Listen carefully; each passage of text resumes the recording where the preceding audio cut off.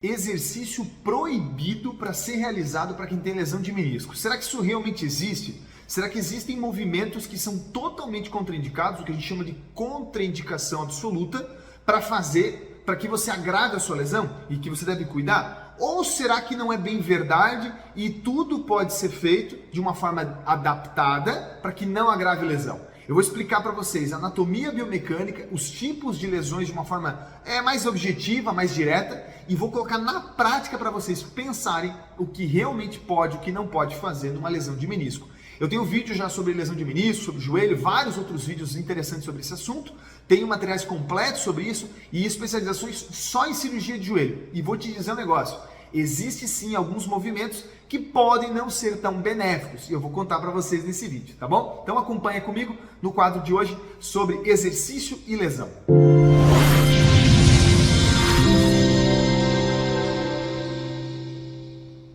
O meu nome é Murilo José Tambosi, eu sou fisioterapeuta, sou osteopata e também ortomolecular. Se você não me acompanha aqui no meu canal do YouTube, toda semana, geralmente às terças-feiras, eu coloco algum conteúdo novo para ajudar você a identificar a real causa da sua dor e sofrimento.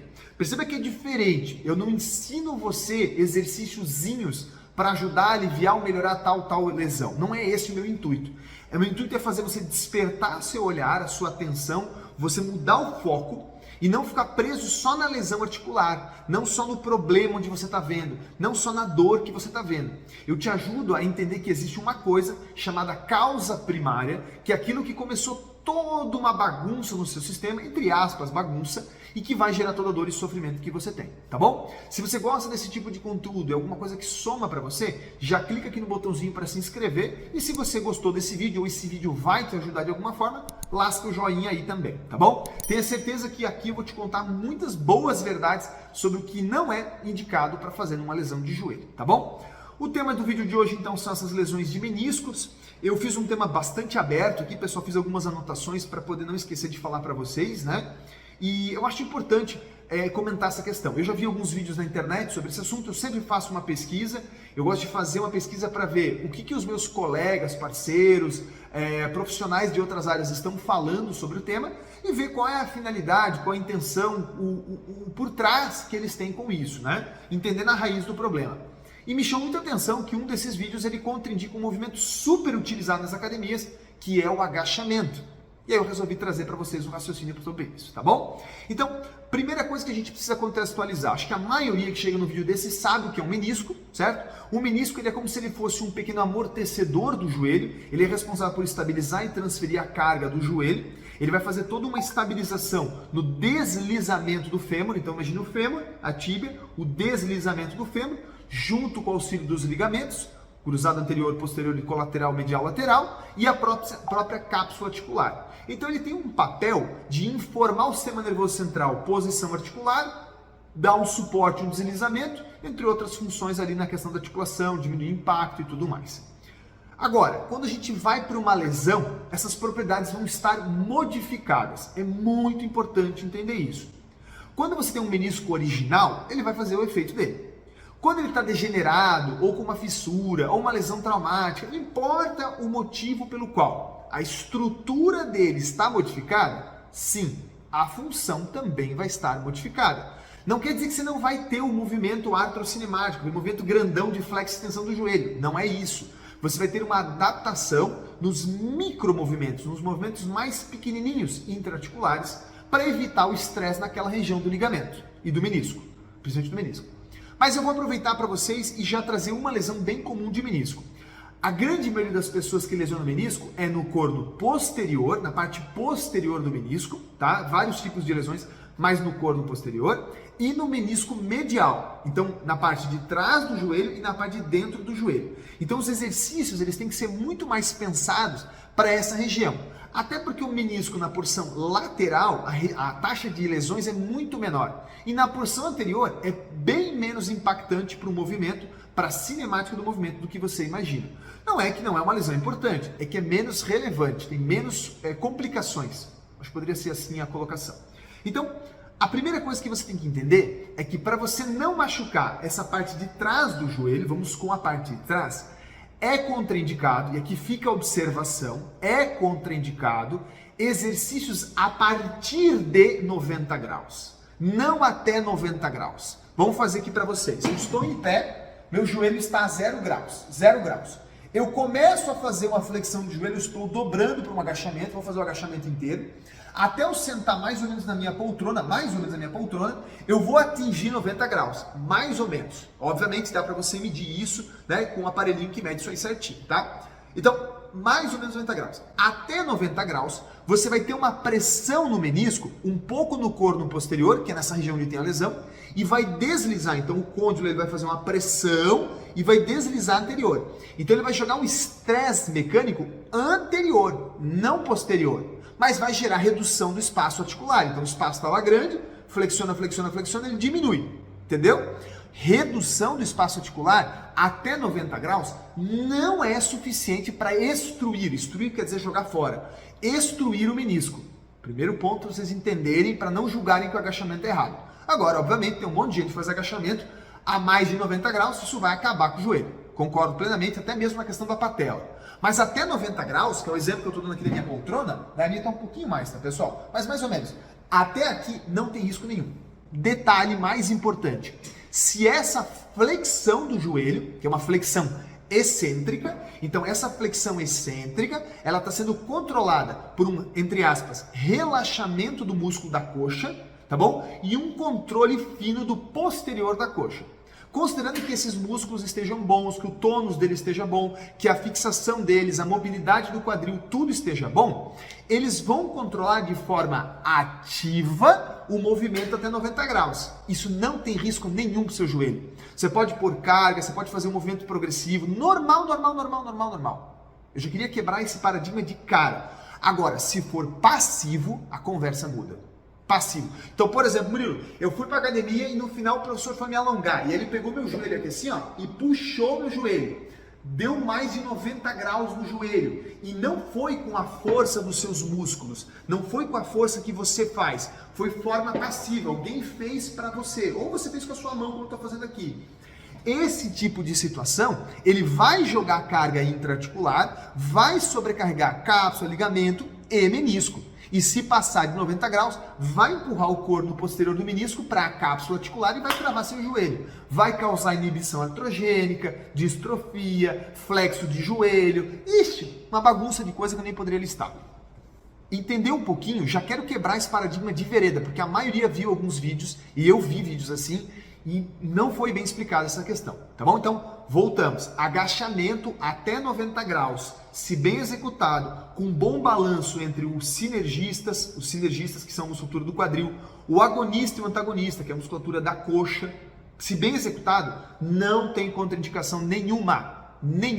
Agora, passou de 90 graus, mal executado, ou mesmo com uma questão passiva, vai dar dano. E aí você tem que conversar com o seu personal trainer. Tá bom? Esse é o primeiro ponto. Eu poderia ficar um tempão nesse ponto, mas eu quero dar umas coisas a mais para vocês, tá bom? Segundo ponto importante, tá, pessoal? Quando você faz esse movimento, vamos voltar para esse movimento. Quando você faz esse movimento, se for com as duas pernas, um agachamento normal, tá? Não a fundo, nem nada. Um agachamento normal. Se for com as duas pernas, os posteriores vão ser os que vão ser mais solicitados para trazer a tíbia para trás e deixar o menisco na posição correta e não fazer com que ele deslize para frente e para trás. Ok? Agora, se você fizer com uma perna por vez, vai demandar muito da musculatura do seu quadril, dos rotadores do quadril aqui assim, vai demandar muito esforço disso para evitar outros vetores que são perigosos. Por exemplo, a inclinação do joelho. Então imagina o fêmur, a tíbia, e ele inclinou para dentro.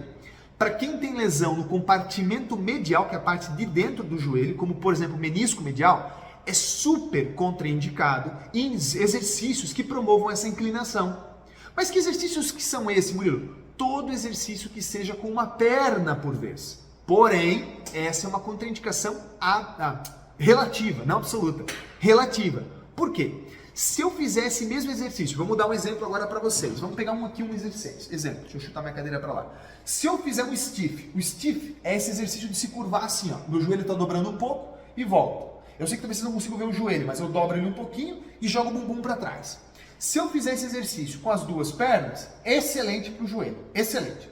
Se eu fizer ele com uma perna só e eu não tiver uma boa estabilização dos rotadores do quadril, glúteo médio, gêmeo superior e inferior, piriforme, o próprio glúteo máximo mesmo, tá? Quadrado femoral. O meu joelho, ele vai fazer isso aqui, ó, ele vai inclinar para dentro. E essa inclinação vai gerar uma extrusão do menisco medial. E aí sim, se esse menisco medial ele for no sentido da parte interna do joelho, ele pode obstruir, bloquear seu joelho, gerar dor articular, inibição artrogênica e tudo mais. Então, exercícios unipodais, eles precisam ser muito bem acompanhados pelo profissional, eles são indicados, mas tem que ter todo um cuidado. Se não tiver esse bom controle prévio, então fortaleça glúteo médio, fortaleça gênio superior e inferior piriforme, melhore a mobilidade e a funcionalidade dos seus ilíacos e do seu sacro. Aí sim você vai poder fazer exercícios unipodais com alta qualidade. Você entendeu a diferença? Tem indicações algumas coisas e tem contraindicações algumas coisas. Você precisa entender a diferença. Não dá pra gente jogar num pacote e falar assim, a partir de 90 graus o joelho está limitado. Não. Aí tu vai sentar numa cadeira e vai detonar seu menisco. Quer dizer que você nunca mais vai sentar em lugar nenhum. Ok? Se você chegou na altura desse vídeo, entendeu ele, está gostando dele, compartilha, porque vai ter mais informações ainda. E valiosas. Separei mais um tópico importante. Além da inclinação, a rotação da tíbia também. Quando você estica o joelho, então você está com o joelho esticado, certo? A hora que você dobra, a tíbia ela gira um pouquinho medial, para dentro. E a hora que você estica, você volta a esticar, ela gira lateral. Então é um mecanismo normal ela girar, ó, esticou o joelho e vai para fora. Imagina o joelho direito. Esticou a perna, ele gira para fora, um pouquinho. Dobrou a perna, ele vem um pouquinho para dentro. Isso é fisiológico, é anatomia, biomecânica básica. Agora, se você somar excesso de rotação com excesso de inclinação e até um pouco de translação anterior, cara, você está pedindo para romper colateral medial, menisco medial e até mesmo um pouco o corno posterior do menisco, um pouco menos, mas também. Então você precisa ter um controle da musculatura do quadril muito boa. E mais importante do que isso, que é o tópico que eu queria colocar para vocês. Vocês precisam ter uma boa função e biomecânica do quadril. Se o osso do quadril, que é o ilíaco, ele estiver numa posição disfuncional, ou o sacro, que é a base da coluna que articula com os ilíacos, tiver numa posição disfuncional, meu amigo, minha amiga, você pode fazer o exercício que você quiser para o joelho. Ele não vai mudar absolutamente nada a forma com que a carga chega nele. Então você tem que se perguntar o que causa perda de mobilidade no meu ilíaco. O que causa o ilíaco estar um pouco mais anterior e o outro um pouco mais posterior? Por que um aceita o movimento e o outro não aceita? Por que eu sinto um posterior da coxa mais curto, vamos falar assim para vocês entenderem, e o outro não? Isso já é um sinal de que o ilíaco não está na posição adequada. Então, se você não souber avaliar a mobilidade, funcionalidade e o posicionamento desses ilíacos, eu te garanto que você não vai jogar a carga no joelho na posição adequada. Ora no menisco medial, ora no lateral, ora no posterior, vai dar algum dano. Então, avaliar rotações da pelve, disfunções biomecânicas pélvicas é indispensável para você evitar recidivas no joelho. Garanto que você não sabia disso. Se você me perguntar, Murilo, mas o que causa essas rotações pélvicas, essas disfunções? Inúmeras coisas. Eu poderia fazer um vídeo só explicando tipos de disfunções pélvicas e como elas são causadas, as causas mais comuns. Não daria para colocar todas, mas as mais comuns que eu trato todo dia no consultório e tem várias referências sobre isso. É importante você entender isso. Mais um ponto. Eu falei para vocês que esse vídeo ia ser pesado, tá? Pesado, tá? Você entende que a carga ela entra pelo pé, certo? Ela entra pelo pé. Se esse pé tem uma pisada mais supinada, mais pronada, um pé mais plano ou mais cavo, também influencia. E esse pé também é sequela de uma cadeia lesional. Então teve um problema no seu corpo que alterou toda a sua biomecânica, inclusive o quadril, e que acabou no seu pé. Independente do que causou essa biomecânica, se você tratou a causa, tratou a biomecânica, mas a anatomia, o desenho, o formato, a estrutura do pé e a sua função, que é medida num exame chamado baropodometria, se ela ainda estiver alterada, vai gerar estresse errado no seu joelho. Estresse ou mais lateral, ou mais medial, ou mais posterior, ou mais anterior. Então a maioria dos profissionais só está olhando ali, ó, no menisco, e considerando o que gera estresse no menisco. Deixa eu te contar, tem muita coisa que você tem que ver antes. O joelho recebe muita carga de várias regiões do corpo. Você precisa ver o todo. Se você não vê o todo, você não está vendo nada. Então, no meu consultório funciona diferente. Eu vou avaliar você inteiro, desde a parte emocional até a parte física, tudo. Vou ver o que é a causa primária e tratar, Quais são os agravantes desse problema? Tratar as sequelas biomecânicas em todo o seu corpo, automaticamente no seu joelho e no seu quadril. Você vai ficar com o quadril e o joelho bem retinho, bem certinho, e aí sim você vai poder introduzir exercícios funcionais que corrijam esses movimentos. Percebeu como a coisa não é tão prática? Então aí você vê profissionais falando sobre tal exercício que não pode, mas não entende esse contexto. E aí falta muita informação e a população fica enganada. Você entendeu?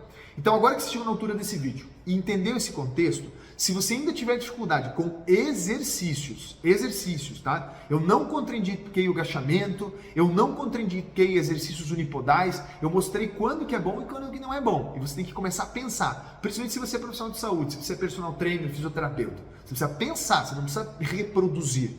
Se você é da população em geral, cuidado com exercícios de flexão passiva do joelho acima de 90 graus, exercícios que promovam estresse em inclinação, rotação e translação anterior do joelho, né, porção medial do joelho, seriam os mais importantes. E exercícios unipodais, quer dizer, com uma perna por vez, independente de qual seja, se você não tiver uma boa estabilidade da biomecânica pélvica. Só assim você já vai estar bem prevenido. Se você ainda tiver dificuldade com exercícios que possam ajudar na sua condição do joelho, aqui embaixo tem um e-book que eu produzi com vários exercícios para joelho, quadril e até para tornozelo para ajudar vocês. Ele não vai te ensinar a achar a causa primária, óbvio que não, mas ele vai te ajudar a fazer um bom processo de pós-operatório, uma boa manutenção da fisioterapia, uma preservação das suas disfunções do seu joelho e quadril, ok? Nunca mais olhe uma lesão separada, nunca mais julgue um exercício separado sem ver o contexto. Tá bom? Eu trouxe aqui para vocês essas relevâncias sobre as rotações pélvicas, sobre a pisada, sobre os movimentos do agachamento, um pouquinho de anatomia, a gente poderia falar mais um monte sobre anatomia, tem várias coisinhas no movimento cinemático aí pequenininho que eu não falei, sobre os ligamentos, sobre o sistema nervoso central e o sistema nervoso autônomo, as interocepções que ele faz, vários outros fatores. Eu pulei tudo isso para não confundir muito vocês. Se você gostou desse vídeo, ele te ajudou, fez sentido para você, não esquece de curtir para eu saber que isso aqui é bom para você, compartilhar com as pessoas que você gosta e no mais, até o próximo vídeo. Fique com Deus.